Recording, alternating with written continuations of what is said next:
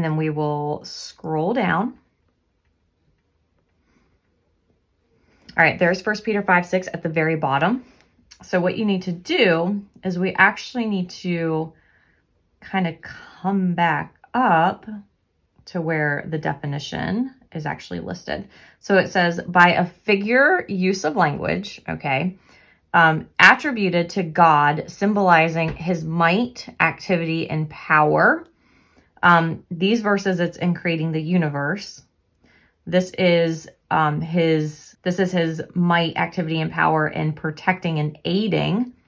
These are in punishing, and ours is determining and controlling the destinies of men.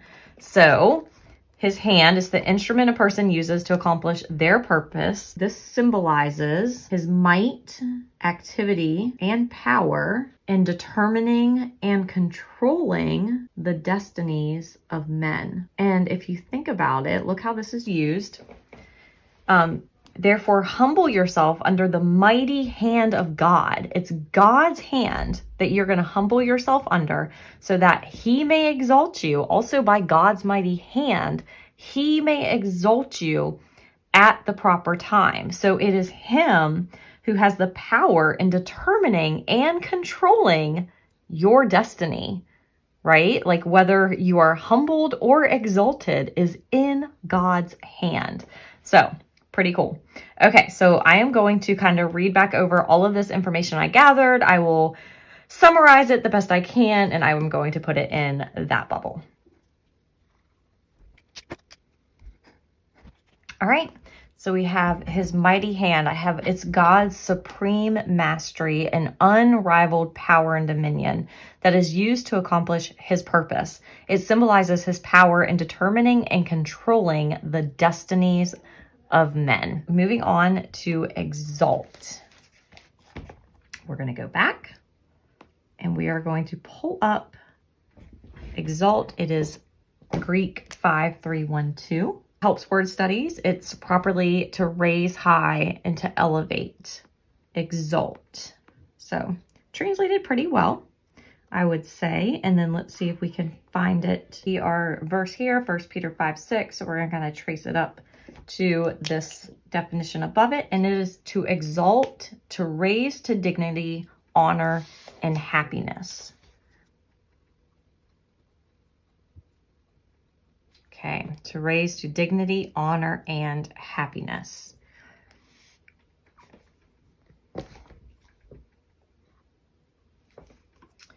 Let's do our little bit of color here. Go to proper. All right, and for proper, it is 2540.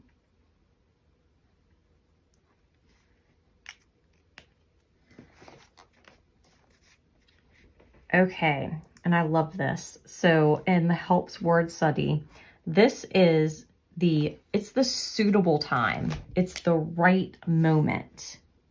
So it's not just time as in hours and minutes, okay? So this is like God's perfect time. This is the favorable moment. That is when God will exalt you at the proper time. This is his timing, which I love that.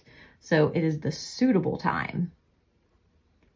We're going to do suitable time, the right time. So often we just get stuck in this mindset of, oh my goodness, how much longer is this going to last? How many more days? How many more months? How many more years? But God doesn't look at it like that. God looks at it as when is the most opportune time. His timing is so different than our timing. So suitable time, the right time, the favorable moment. And then down here again, it's the right time. There's our verse, 1 Peter 5:6. So yeah, it's the right time in due season. So good.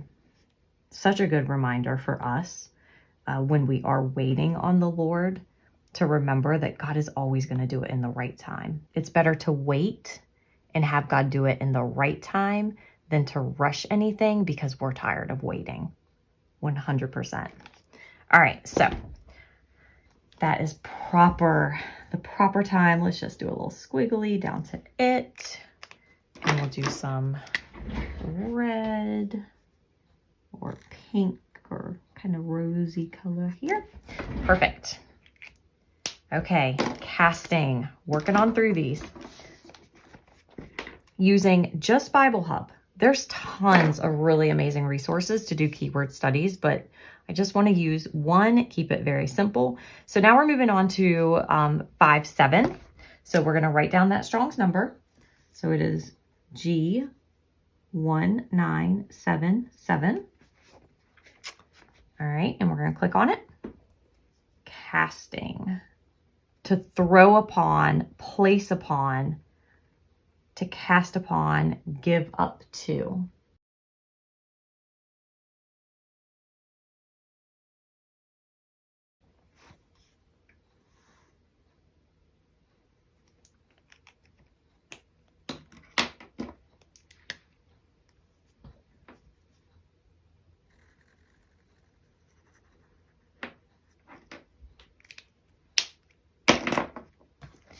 All right, let's look into one more.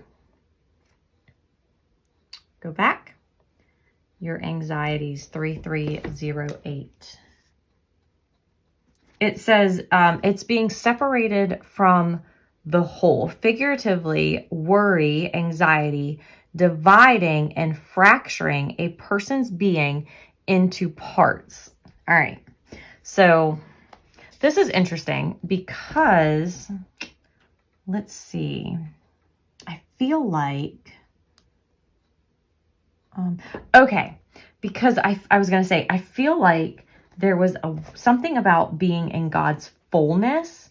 Okay, so being humble, oh my goodness, listen to this. So being humble exalts the Lord as our all in all and prompts the gift of his fullness, okay? Whereas anxiety is being separated from the whole, and it divides and fractures a person's being into parts. Dividing and fracturing a person's being into parts. That's really kind of interesting. Kind of cool. Cool connection. All right, so 1 Peter 5:7. Let's just see if there's anything else down here. Okay, so it's like to be drawn in different directions, right? That makes sense. Like I can relate to that. To be drawn in different directions. So care, anxiety. Let's actually, I want to back up for a second. Let's see here. I want to back up a second to proper time. If we come down here, you can see that he may lift you up in due time.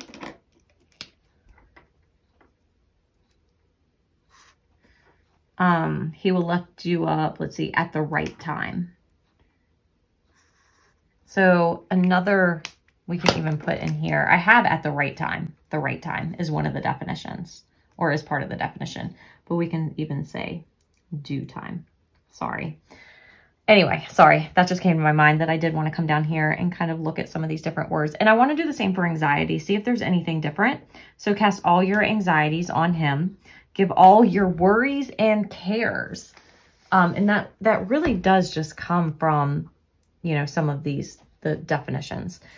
So we can put in this bubble, it's to be drawn in different directions, dividing and fracturing a person's being into, and then we can also put worries and cares. And what color is this? This is purple. So let's go ahead and color just a quick little purple bubble. Okay. All right. So those are all of our keywords. We have our translations, our context, more room for extra notes if we want to jot down some extra things. And so next time we'll go ahead and we'll move on over to page 2 and start working on some cross references. But I hope this was helpful, just kind of going through the process step by step and showing you how you can find those definitions in Bible Hub. Again, there are so many amazing resources as far as keyword studies go. Honestly, Bible Hub is actually not the one that I use the most often anymore, but it's a really great place to start. So, all right, I actually want to show you one more thing very quickly before we continue. So I talked about finding those imperative verbs earlier on, and I want to show you how to do that. So to do the easy way that I have found to find the imperatives is actually in Blue Letter Bible.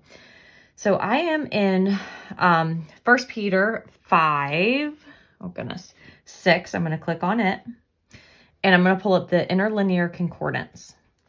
Now, what I'm going to do is I'm actually going to go to reverse so that all of the English is down the left-hand side. And I'm going to look at this parsing. So a verb starts with V. So an easy way to spot your verbs is it's going to start with a V. Okay. So you can see right here where it says, therefore, humble yourselves is a verb. So I want to see, is that an imperative verb? So I'm going to click on it. And I'm looking at this mood, okay? Now this is really interesting.